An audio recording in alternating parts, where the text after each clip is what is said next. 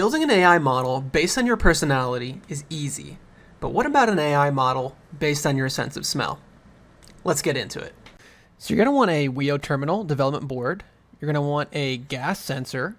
You're also going to want an edge impulse account for machine learning, and optionally an iPhone with the Luma AI app for some Gaussian splatting. Developing the AI model was very easy with edge impulse. So basically we collect data with our gas sensor. We expose the gas sensor to different smells like coffee, whiskey, etc. And we upload that data to Edge Impulse. Edge Impulse makes training Edge AI models so easy.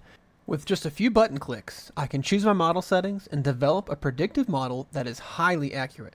This involves configuring a neural network architecture for supervised learning, where the model is trained on label data to recognize patterns and make predictions. We can then compile this for Arduino-based hardware and have it out in the field. We, of course, need to carbonate ourselves using Luma AI and Blender, and so we can 3D print a little enclosure where we can actually house our gas sensor and then have some little holes where some fumes can actually pass through to the device itself.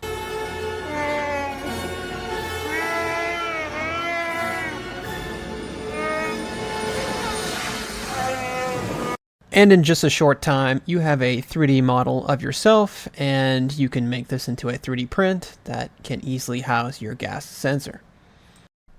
And there you have it, your own AI-powered nose. All thanks to edge computing and AI.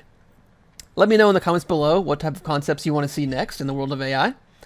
And as always, thanks for watching.